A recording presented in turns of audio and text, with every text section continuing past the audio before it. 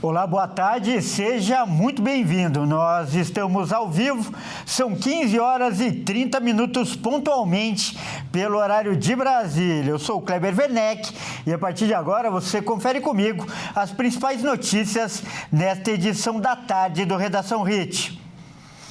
Olha, a Secretaria de Segurança Pública de São Paulo divulgou hoje os nomes e as fotos de 2 suspeitos de participar do assassinato do ex-delegado-geral Rui Ferraz Fontes, que foi executado em uma emboscada no litoral paulista.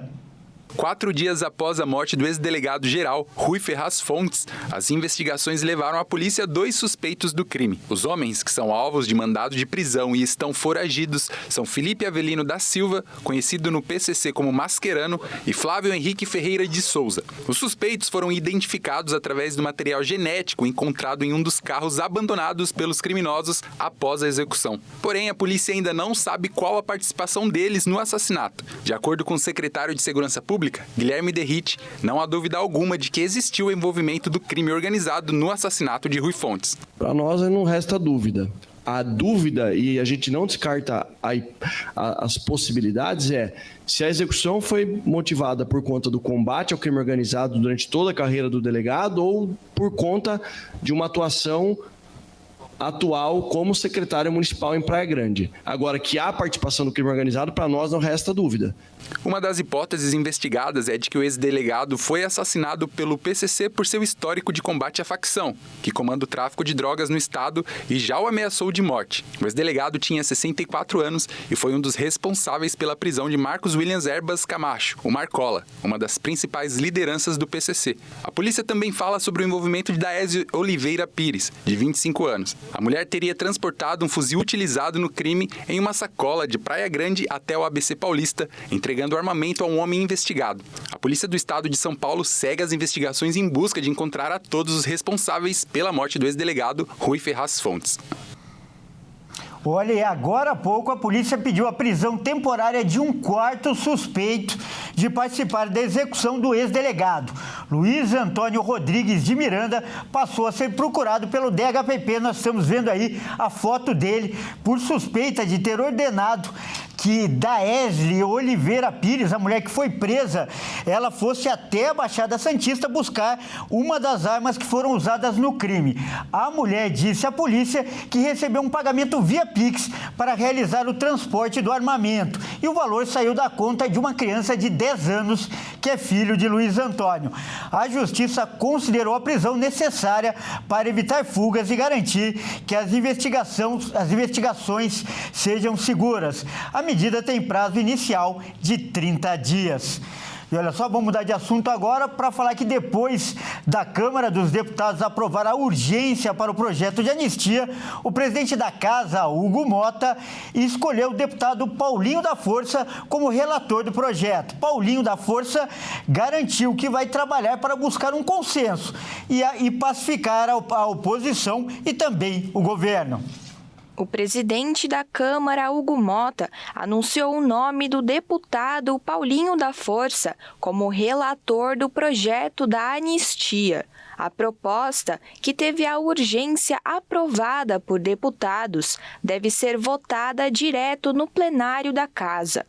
Após a reunião com Mota, na residência oficial da Câmara, o relator da proposta de perdão aos condenados por tentativa de golpe, Paulinho da Força, afirmou que a ideia é construir um projeto consensual que atenda aos interesses de todos os partidos.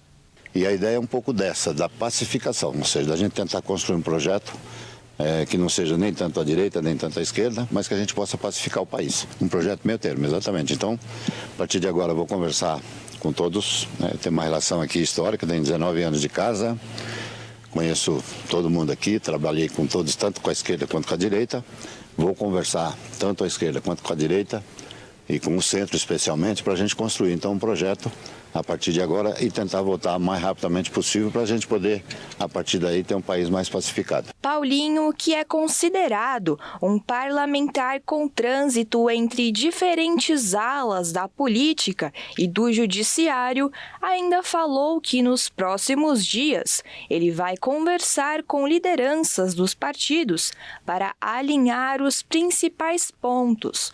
O deputado também assegurou que vai conversar com membros do Supremo Tribunal Federal em busca dessa pacificação. E uma sessão de cinema acabou em confusão na zona leste de São Paulo. O motivo foi que crianças menores estavam vendo um filme indicado para maiores de 18 anos e até a polícia militar foi chamada. Vamos ver o vídeo. A gravação mostra a polícia dentro da sala de cinema do Shopping Aricanduva, na Zona Leste. A sessão de uma animação japonesa foi interrompida porque crianças estavam presentes. O novo anime tem classificação indicativa para maiores de 18 anos, por conter cenas de violência. Uma família com 2 menores de idade foi impedida de entrar na sala por funcionários do cinema. A mãe se recusou a obedecer às ordens e entrou na sessão sem autorização. 2 outras famílias perceberam a movimentação e decidiram agir da mesma forma. Durante o filme, funcionários da rede pausaram o anime e solicitaram que todas as crianças se retirassem.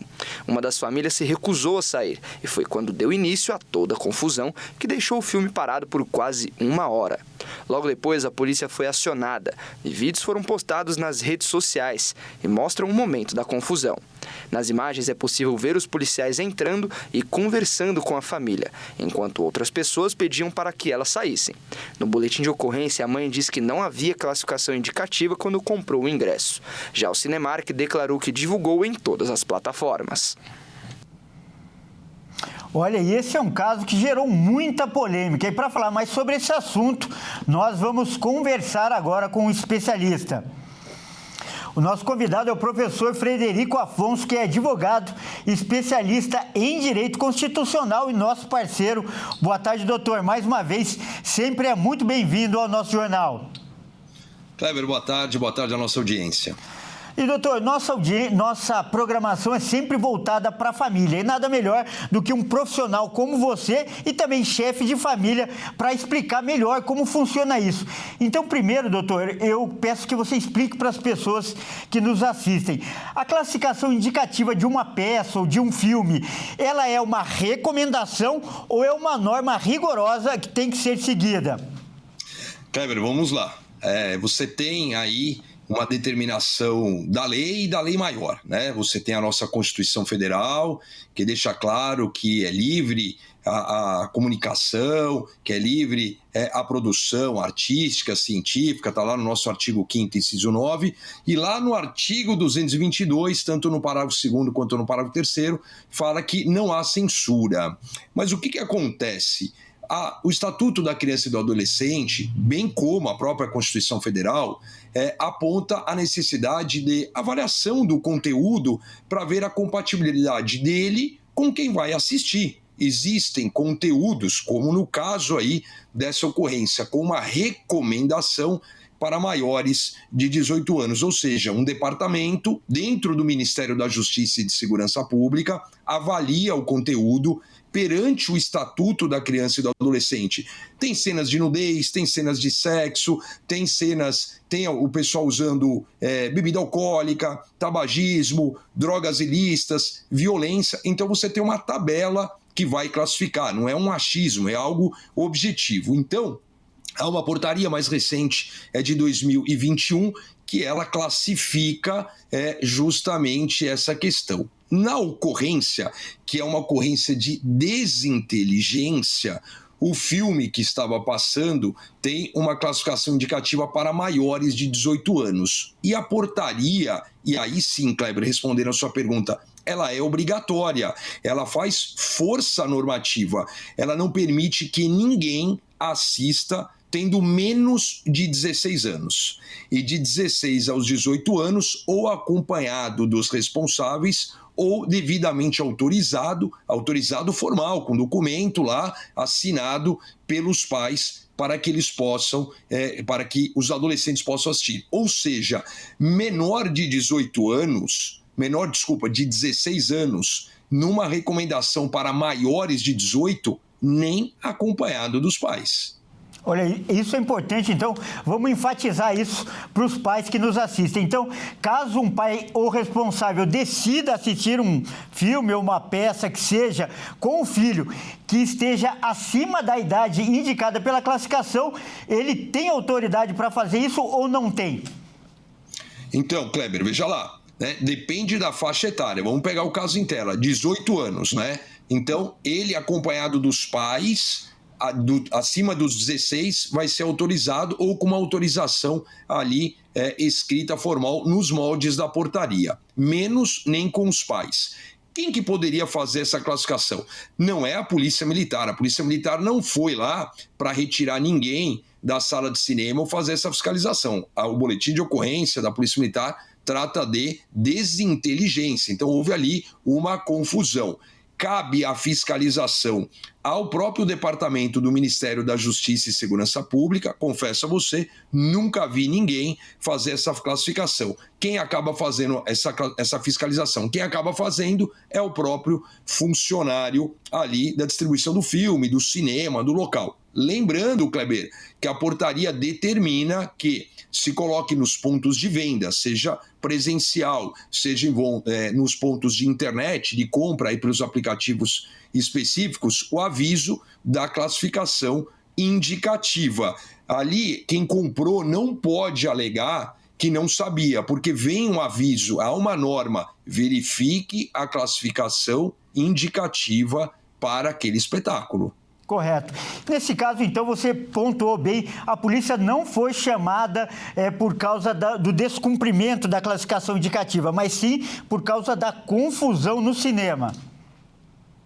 Isso, a polícia ela foi chamada por causa da confusão, mas por causa da classificação, né? Houve ali um burbúrio e os funcionários do cinema visualmente verificaram que ali tratava-se de pessoas bem menores do que a idade indicativa e conversando com os familiares, com os responsáveis, que se negaram a sair da sala de cinema e então acionou a Polícia Militar para que fosse resolvido. Tanto é que, pelas reportagens veiculadas, as famílias alegam que não havia em local algum escrito qual era a classificação indicativa, mas a própria norma determina que seja verificada a classificação indicativa. Então, os pais ali não são um salvo-conduto, né? Estão comigo e está tudo bem.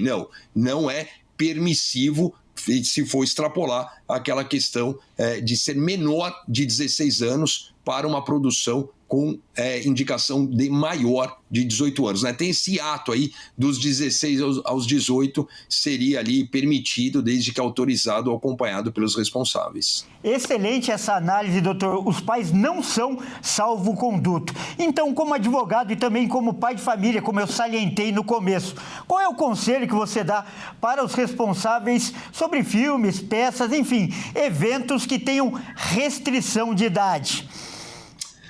Kleber, a portaria, ela vem não como uma punição, ela vem com um cunho didático, né? Os pais devem respeitar isso.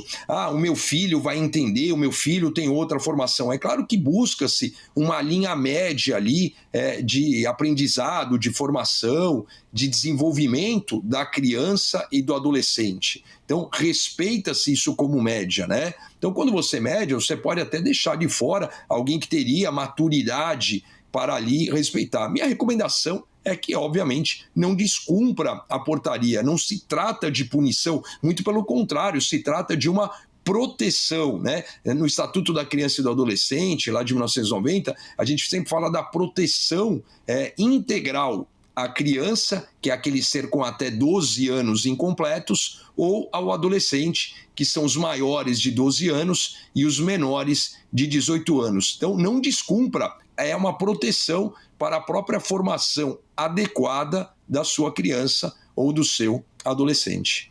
Tá certo, então nós acabamos de conversar com o professor Frederico Afonso, ele que é advogado, especialista em direito constitucional. Professor, mais uma vez, muito obrigado por essa excelente participação. Obrigado, Kleber. Bom jornal. Grande abraço. Vamos mudar de assunto agora e fazer o nosso giro de repórteres pelo país e já começar com uma notícia chocante. Olha só, 8 homens armados invadiram um hospital no Rio de Janeiro para matar um paciente que estava internado no local. E segundo a polícia, o grupo faz parte de uma milícia e o paciente, por sua vez, era testemunha de vários crimes. Confira agora com o Anderson Nascimento. 8 milicianos armados e encapuzados invadiram o Hospital Municipal Pedro II, em Santa Cruz, na zona oeste do Rio de Janeiro.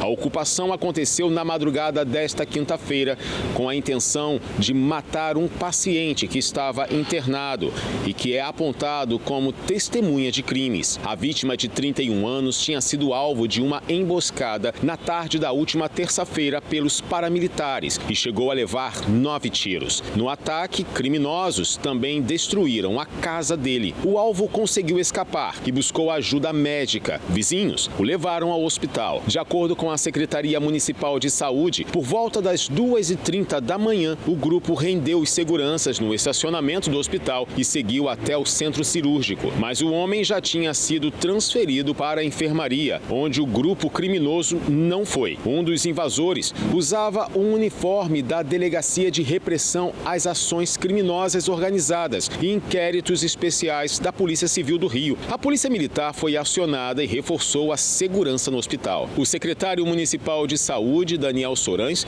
informou que a invasão afetou o atendimento da unidade. Segundo ele, na hora da ação, pacientes graves eram atendidos no CTI e no próprio centro cirúrgico.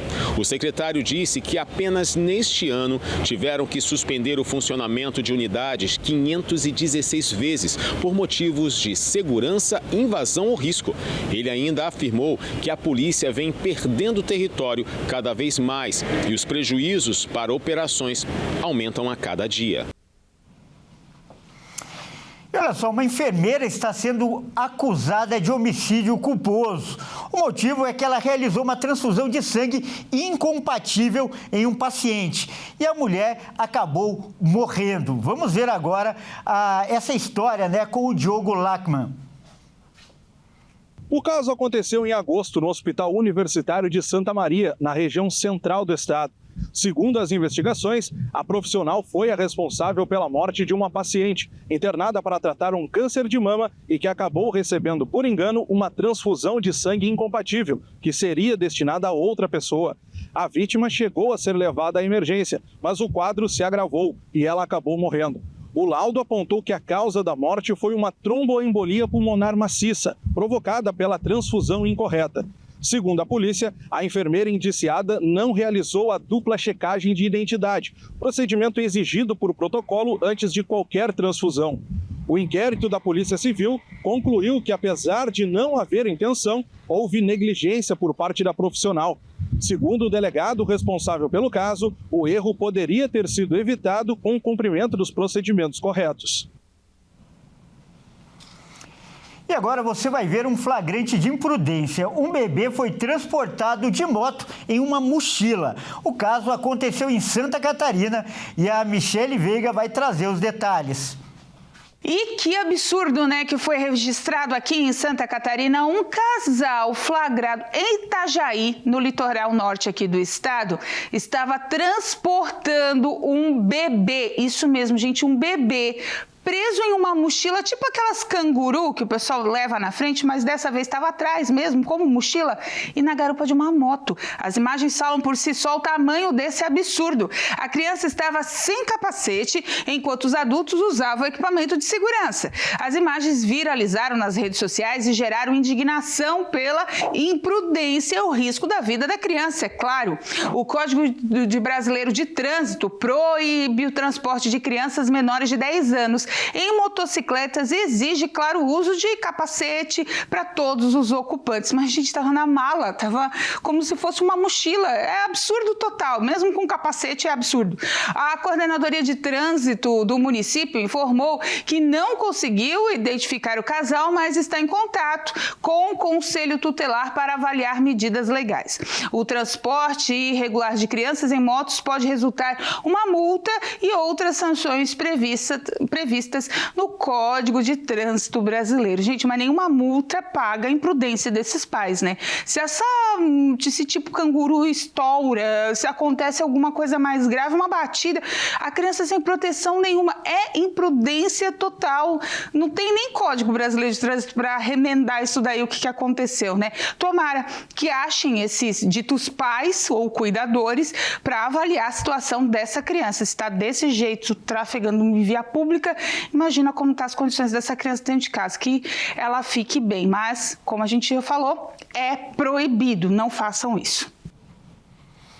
A Michele está coberta de razão. Bom, vamos mostrar mais um flagrante. Agora, no Rio de Janeiro, um motorista gravou um assalto a um carro que seguia na frente dele. Veja novamente com Anderson Nascimento. Um vídeo que circula nas redes sociais mostra 3 assaltantes, pelo menos um deles armado, abordando veículos na Avenida das Américas, na altura do Barra Shopping, na Barra da Tijuca, zona oeste do Rio, na noite da última terça-feira. O motorista, que filma a ação, também é ameaçado, mas, segundo relatos, consegue escapar por ter o carro blindado. O que chamou a atenção dos internautas foi que os assaltantes aparentavam ser jovens, podendo ser, inclusive, menores de idade. Muitos relatos apontam que aquele ponto da Avenida das Américas costuma ser perigoso para pedestres e motoristas. Alguns comentários fizeram menção à nova divisão territorial da cidade, a partir da lei sancionada na semana passada pelo prefeito Eduardo Paes, que enquadra a Barra da Tijuca dentro da zona sudoeste. Para muitos, a preocupação da prefeitura precisa ser voltada para a violência que ocorre na região. A Polícia Militar informou em nota que não foi acionada para essa ocorrência. Mesmo assim, o comando do 31º Batalhão de Polícia Militar do Recreio dos Bandeirantes intensificou o patrulhamento na área, com agentes em viaturas e motos. E agora é hora de falar de esportes aqui no Redação Hit. E quem traz as informações é o Bruno Buenos Aires. Boa tarde, Bruno. Vamos começar falando de seleções, porque a FIFA divulgou o novo ranking. Quem está na frente, Bruno? Exatamente, Kleber. Boa tarde a você e a todos que nos assistem. Após 2 meses da última lista, a FIFA divulgou uma nova recentemente. E a Argentina perdeu a liderança do ranking. Enquanto isso, a seleção brasileira continua perdendo posição. A FIFA divulgou o novo ranking de seleções. A Espanha, comandada por Luis de la Fuente, iniciou muito bem as eliminatórias europeias e agora assume a liderança da lista.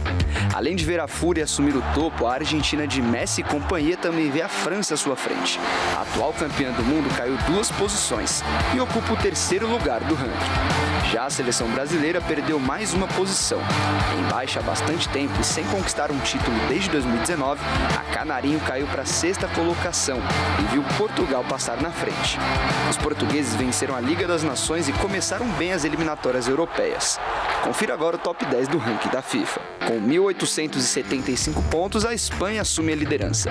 A França vem logo atrás com 1.870 e fechando o top 3 a Argentina com a mesma pontuação. Na 4ª colocação está a Inglaterra com 1.820 pontos e Portugal vem logo atrás com 1.779 pontos. Em 6º, o Brasil com 1.761 e em 7º lugar a Holanda com 1.754. Na 8ª posição vem a Bélgica com 1.739 pontos. E em 9º, a Croácia com 1.714. E na 10ª posição a Itália, que havia deixado o top 10 em julho, está de volta com 1.710 pontos. A tetracampeã Alemanha, 9ª colocada na última publicação da FIFA, caiu para a 12ª colocação atrás de Marrocos.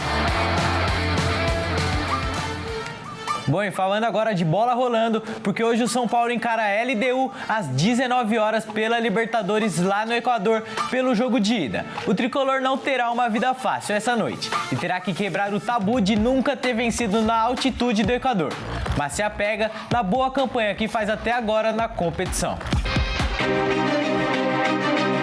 LDU e São Paulo se enfrentam às 19 horas desta quinta pelo jogo de ida das quartas de final da Libertadores. O confronto será na casa da LDU, no estádio Rodrigo Paz Delgado, em Quito, no Equador. Esse é o segundo maior estádio equatoriano, que fica a 2.734 metros de altitude, e o histórico não é favorável ao tricolor. O São Paulo já enfrentou o rival na capital do país 3 vezes e foi derrotado em todas. A visita mais recente aconteceu em 2023 pela Copa Sul-Americana, quando a LDU, comandada por Luiz Ubeldia, venceu o São Paulo de Dorival Júnior por 2-1.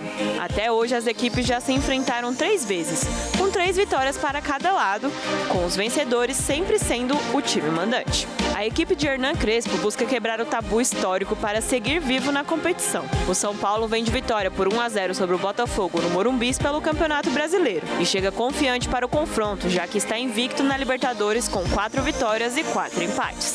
Para esse jogo, o tricolor vai com força total. Wendel e Enzo Dias, que haviam sentido incômodos na vitória contra o Botafogo, viajaram e estão bem para a decisão. Ferreirinha, que foi poupado, treinou ao longo da semana e está apto para jogar. Então, uma provável escalação do São Paulo conta com Rafael, Ferrarese, Arboleda e Alan Franco, Cédric Soares, Marcos Antônio, Bobadilla, Rodriguinho e Enzo Dias, Ferreira e Luciano.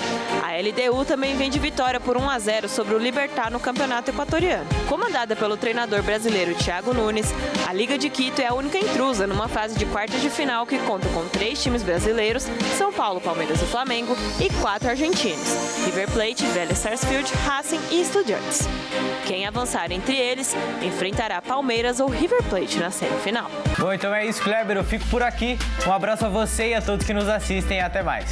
Muito obrigado pelas informações, Bruno, e até mais. Olha, vamos mudar de assunto agora porque o Dia Nacional da Televisão no Brasil é comemorado hoje, em homenagem à primeira transmissão de televisão no país, realizada pela TV Tupi em 1950.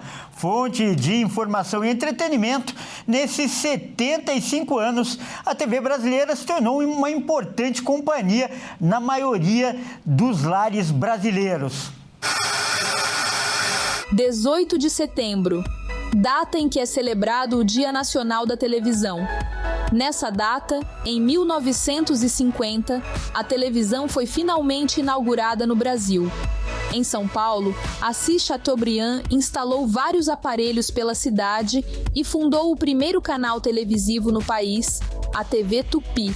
Muitos artistas do elenco das emissoras associadas de São Paulo. E 5 meses depois, entrou no ar a TV Tupi do Rio de Janeiro.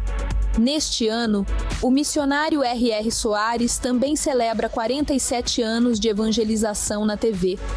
A primeira transmissão aconteceu no dia 3 de novembro de 1978, na antiga TV Tupi, e hoje, a programação da Igreja Internacional da Graça de Deus chega ao mundo todo.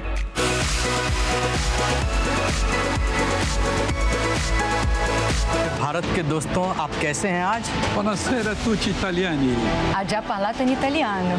Salutato a tutti già in italiano. Buonasera a tutti.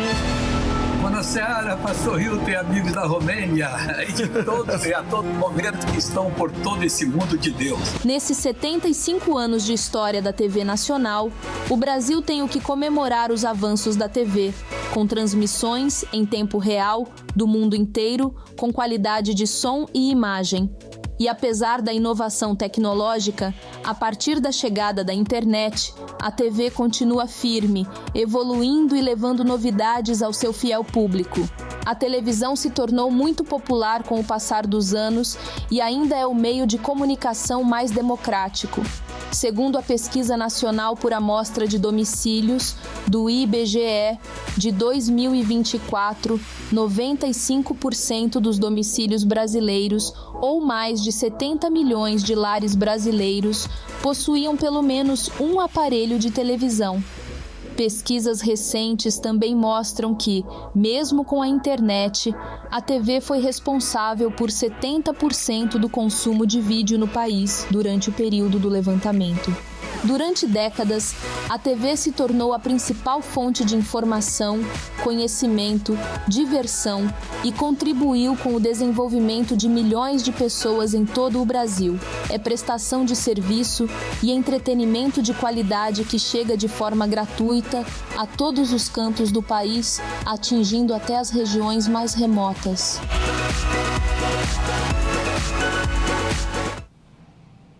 Olha, e além de nós que estamos na frente das câmeras, muita gente trabalha atrás das câmeras para que essa programação chegue à sua casa. Então, hoje, nesse dia tão especial, eu dou os parabéns a todos esses trabalhadores. Essa edição fica por aqui, eu agradeço demais pela sua companhia, uma ótima tarde e até mais.